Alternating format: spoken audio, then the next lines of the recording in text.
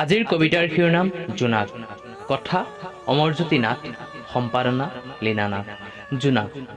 জোনাক ভাল লাগে মোৰ, ভাল লাগে জোনাক ৰাতি, সৌ জোনটিৰ লগত অন্তৰংগ কৰি।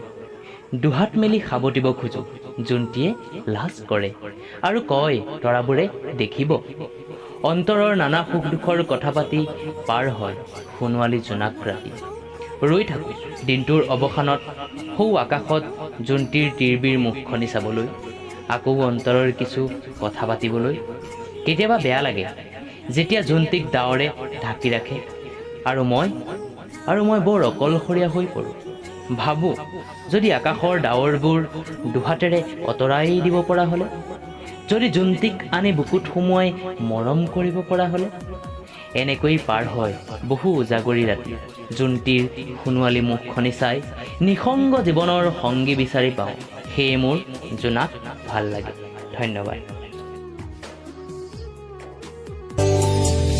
মৰমে নুবুজে, মৰমে নামানে, গলি যে আঁতৰি